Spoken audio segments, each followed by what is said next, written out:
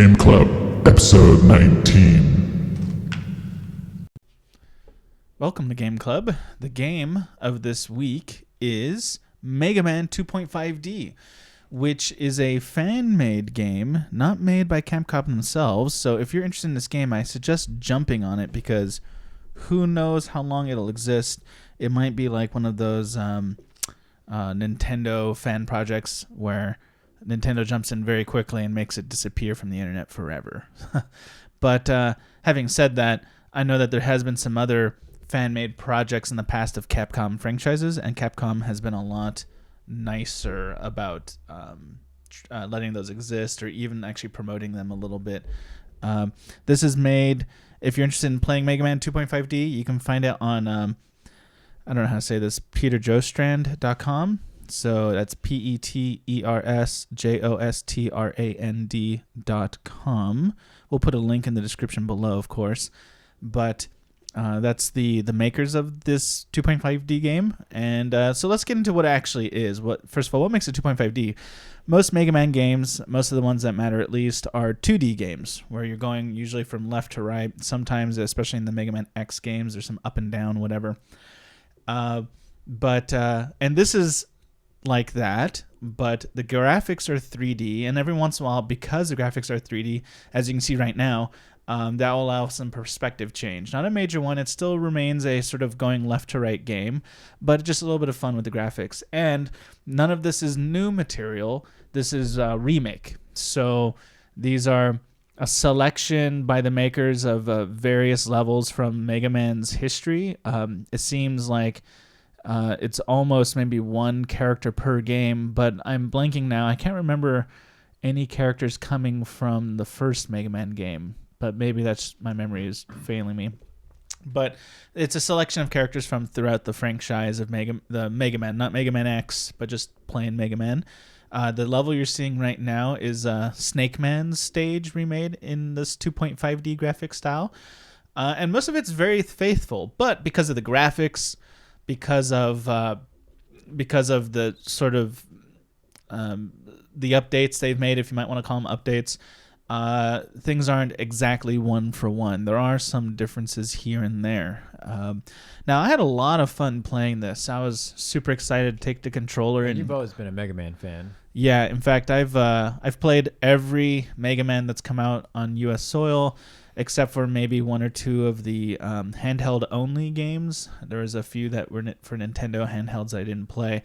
But every Mega Man numbered game, every Mega Man X numbered game, I've beaten them all. Literally beaten them all. I love them. And usually about once a year, I get crazy nostalgic for Mega Man, and I go back and I play at least a few of them. So, you know, I'm definitely a longtime fan. The very first Mega Man I ever played was Mega Man 3 during the days of the NES when I was a little kid. And I had a friend that owned Mega Man 1, and I remember actually playing a little bit of that as well. But I had already played 3 at that point. I played Mega Man 2 later in life, going back and wanting to play every single Mega Man and not wanting to skip any. And I certainly played all the Mega Man X games that were on SNES as they came out. But like I said, especially in college and in high school years, I made sure to go back and fill in all the blanks. I love Mega Man. And you know, I really like this game. It's not without its weaknesses. Purists will have problems with this game. First of all, some major problems purists will have is some things don't quite feel right. For example, here in the look, see what just happened there? That's purists will hate that. See, since the whole thing is being rendered in 3D, there are places where if you fall, you'll go to another part of the stage. And that never happened in Mega Man. If I had fallen there in Mega Man, I would just be dead. So that's not quite the same. You can fall and kind of get lucky and fall into another part of the stage. Also, on that note, there is sometimes in Mega Man levels, there's a purposeful design where the screen would stop and you'd have to come to the end of the screen for it to transition to the next screen. So like not the whole thing wouldn't slide evenly or nicely all the time. And there was reason for that. It was because they wanted you to focus on a certain problem in that area. They wanted you to have to beat something before you moved on. There's all kinds of reasons. Sometimes it was just because the NES memory couldn't handle so much smooth transitioning that there had to be pauses in that smooth transitioning. There, I just died. But so purists who want those same sort of, so they don't always do that in this because the whole level is being rendered all at once. There's times when I could move on easily without having to kill the thing that the original NES game would make me have to kill. And so purists won't like that. Also, I started with Snake Man, as you see here, and I had a hard time with Snake Man. But the thing is when I play Mega Man 3 normal, I can usually just wreck Snake Man without any kind of special powers. So there was something up there, and I was having a hard time figuring out the patterning there. I mean, obviously it's very, very similar, but it's just not quite right, and I couldn't figure out why. I did figure out one reason why, though. This isn't somewhat... Purists might like this, but it actually causes a problem. So, as purists know, in Mega Man games, you can only have 3 of your bullets on the screen at once. So if you're pressing the shoot button a lot, only 3 of your bullets will appear on the screen. One of them has to go off screen or hit something before another bullet comes out after the third.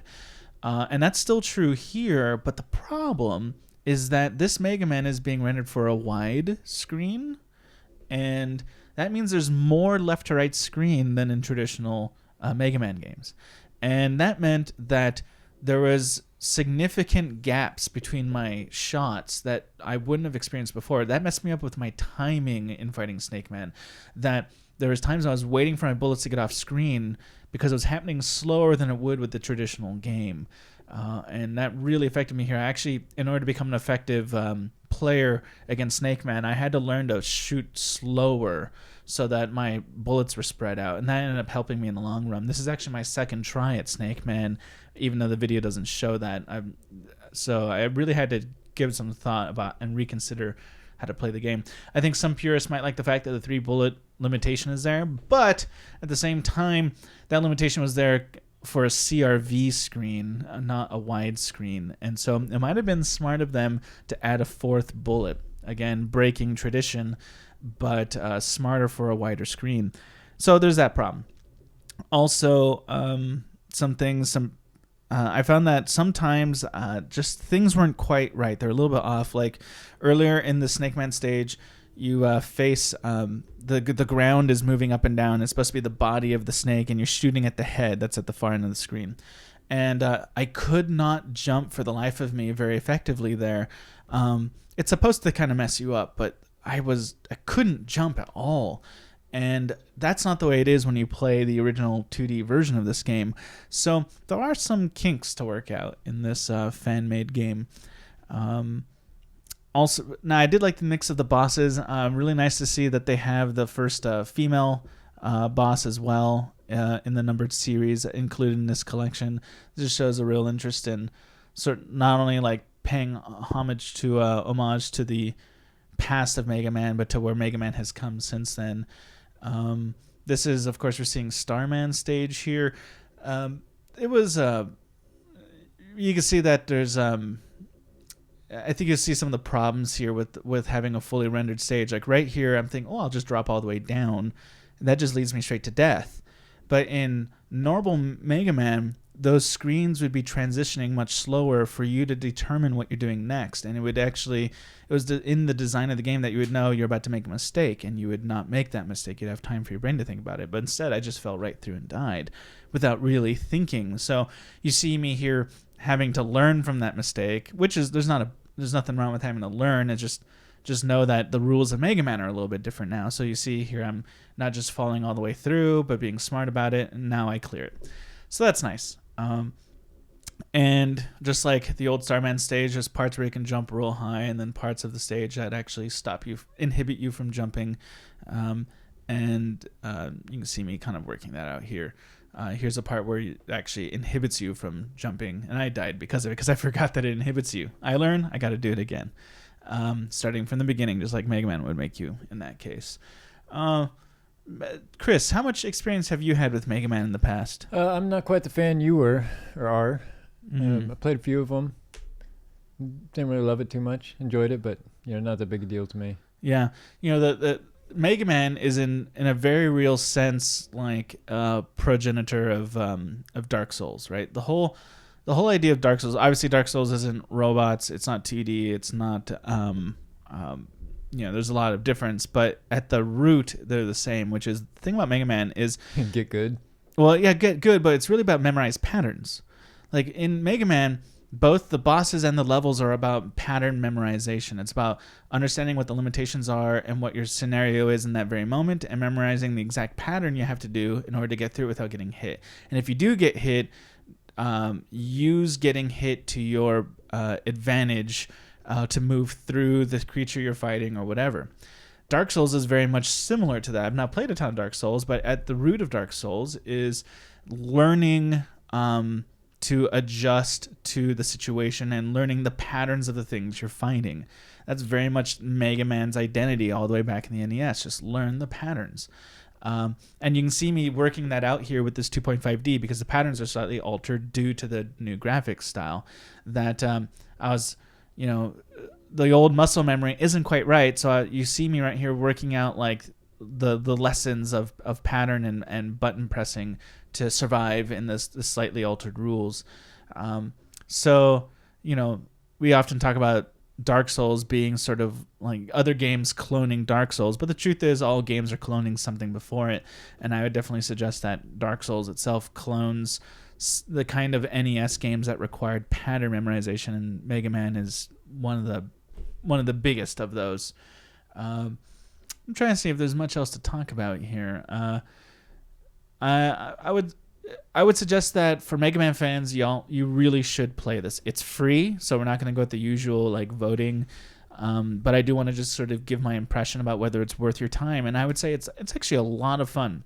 Again, it's not perfect, but it's also not a product being sold to you for $20 by Capcom. These are fans who obviously love the game and had wanted to be able to show off maybe some of the programming abilities. Maybe they just wanted to maybe this is their first game. I don't really know a lot about the history of these fan developers, but they put a lot of work into this. It's quite evident, a lot of love.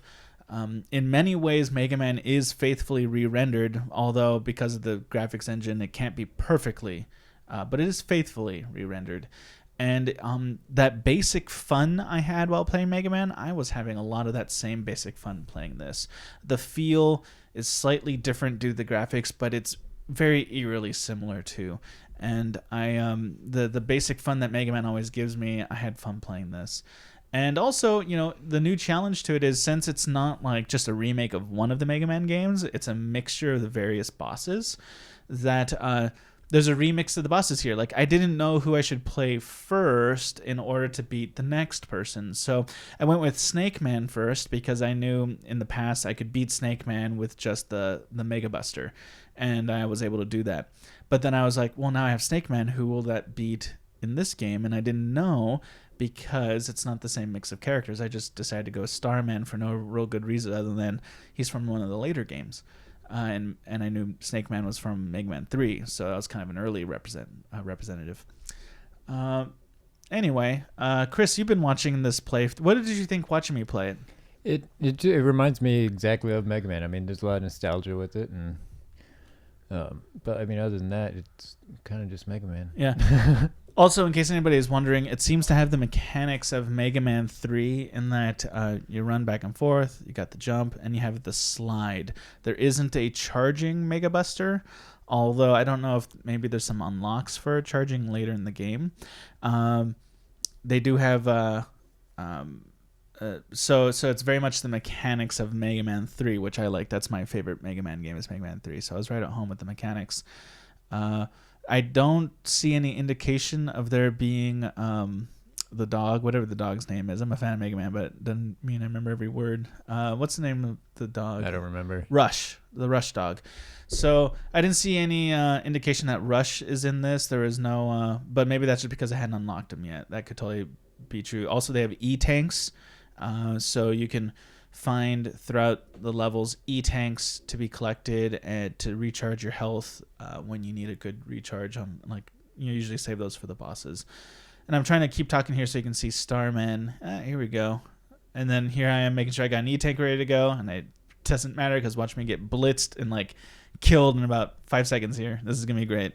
So I'm like, yeah, I'm gonna take on Starman. Watch this. boom, boom, and dead. And with that, let's shut it down.